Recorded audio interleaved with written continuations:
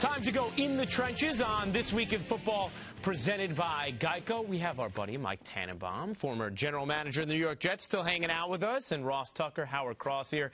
We're going to get to the bottom of organizational structure, guys. You know, we got player perspective, and now we have front office perspective here, because lately we've been hearing a lot about Dan Snyder, Jerry Jones, and the interaction in Washington and Dallas with quarterback and head coach and what the dynamic is.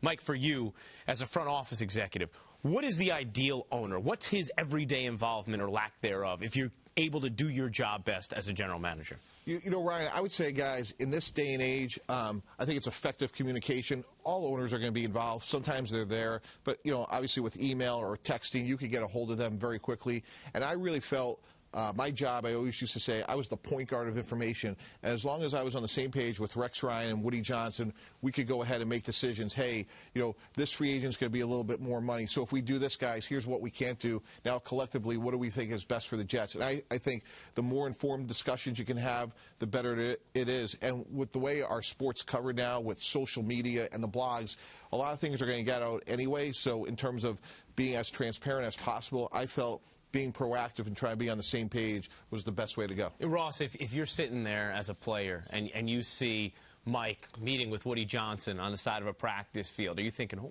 what's going on over there? Why is the owner talking to the general manager? Or are you thinking this is the way things should be? Yeah, it's a good question. Because I think the gut reaction for people would be to say you don't want owners to be meddling. You don't want them to be that involved.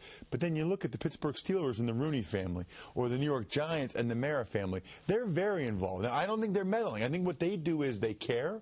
They sit in on the meetings, but they hire good people that they trust, and they let them do their job. So I think, to me, the ideal ownership, and I think it's probably shown itself to be the case over time, is the Mara family or the Rooney family, because you look at those organizations and every person in your organization knows how much those owners care about that football team, about everybody with that team. They're involved in decision making, but for the most part, I think they let the key people make their decisions. Well, look, I mean, Howard played for the Maras. Tell us, Howard, what was it like? What was the involvement of the Maras for you as a New York Giant for so many years? Well, the Mara and the Tisch family were very great, by the way. They were awesome. Probably one of the best families to play with, like the Kraft family.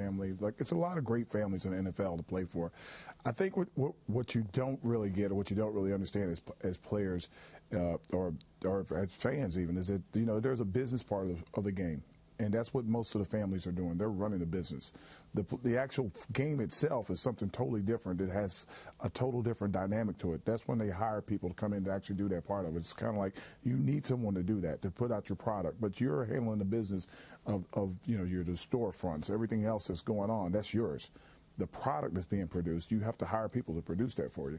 And I thought the Maras were great. You know, we saw Wellington and Bob every once in a while. They would come out. If something big happened, some big, you know, cataclysmic moment happened, you may get to hear from them. But most of the time, they were standing at the door, win or loss, shake hands with them, and hey, good job, good way, hey, way to work hard. That was part of the game.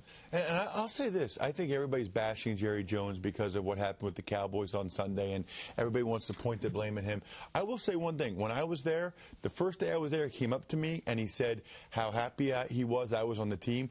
I never met Daniel Snyder, and I played for the Redskins 2 different times. Never met the guy.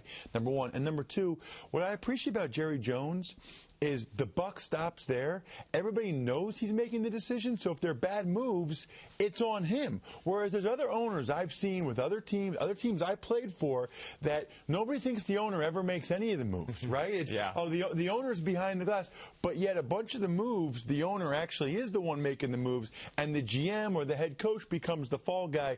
In Dallas, Jerry Jones says, it's all on me, and I respect that. You know, and sometimes actions speak louder than words, guys. I know, based on my experience being in the Jet facility every day, every player knew how much Woody Johnson cared, whether they saw him or not, because of our facilities and player care and player wellness and everything that was invested into that part of the player experience, the food that they ate. So sometimes, look, owners going to be a lot of different places. They're, you know, iconic businessmen. They're going to be not always around for players to see, but their footprint's going to be there. And I know sometimes our guys felt like, wow, you know, we have a great owner here because of all the resources we have. You know, that's a great point, too, because that's an area where you don't necessarily have to spend that money, unlike, you know, you got to hit a salary floor when it comes to the cap and what it might be. You know, Mike, when it comes to the dynamic specifically in Washington, you know, we've heard about the head coach maybe being jealous of the relationship between owner and player when it comes to RG3 and Mike Shanahan. How difficult is it for you to do your job if you're a head coach or if you're a general manager if one of your players has the kind of relationship with an owner where he can supersede you and go straight to the top? Well, look, you know, that's just going to be part of the dynamic you have to deal with. But I think being a great coach, a great leader, a great general manager, you have to thrive in the collective situation you're given. Look, when we had Brett Favre, like, there were different rules for Brett Favre. I mean, he had so many wishes from, you know, Make-A-Wish, and you want to accommodate some of them. So there are going to be some people that have certain access. You know, that's just the way the world is. So if RG3 happens to have a couple of things that the owner wants to, you know, meet with him or whatever, you have to deal with it. Do you find yourself having to explain to other players, like, hey, man, this is Brett Favre, that's why he gets this treatment? Or do they get it? As a general manager, do you have to explain that, or do guys get that? Some guys get special treatment. You know, I always felt like I was at my best being proactive, seeing guys on their territory in the locker room, not in my office. People always felt like if they're coming in my office, it wasn't going to be good Bad news? Yeah. Hey, we all saw Hard Knocks. We know it's not usually good news. Yeah. So anyway, but most players get it. I mean, I'd love to get their opinions, but, you know, Brett Favre, he's going to be treated a little bit differently than the backup safety. Do you guys, I mean, you both tight end, offensive lineman. I'll start with you, Ross. Did you get jealous at all of the way a quarterback would be treated in any of your given stops? No. I think you just kind of understand that that's part of the deal. And as long as when you do go out with that quarterback that he picks up the tab, then it's all good. You know, it all comes back to you one way or the other. But no, I think most guys understand that those guys have greater obligation. I mean, they have to do the conference call. They have to do the press conference every time. You understand, you know, that Tom Brady, he's a famous, very famous person. You know, that he has to have that security guy walking with him because there are people that will come up to him. Nobody's going to come up to me. They don't really care, but they care about Tom Brady. But you know what, Howard? I mean, if Phil Simms is getting special treatment, or even Jeff Hostetler, okay. But Dave Brown and Kent Graham, I mean, these guys can't be getting special treatment. Well, you right? have to really understand when you guys say special treatment, think about it like this. There are some guys that are their quarterbacks. They carry the franchise. Like, the entire city follows this guy. This guy is the celebrity, or he has a key to the city. And there are some guys that are just passing through that people won't remember, won't know. They don't know anything about them. They play quarterback for a couple of years, and you know, we went through a stretch of quarterbacks that nobody will remember. They remember their name, but you couldn't pick them out in the crowd if you walked by them, and that's just part of it. You know what? If you're going to have the ideal organization, and obviously when we think about that, Mike, we think about owner, GM, head coach, quarterback, when we talk about what needs to be in line for an NFL team. How does that relationship work? How does that dynamic work if you're really going to be on point with all four? Well, I think, again, it goes back to communication, and I think, again, effective management comes back to let's worry about what we can control. You know, Rex Ryan had a great expression.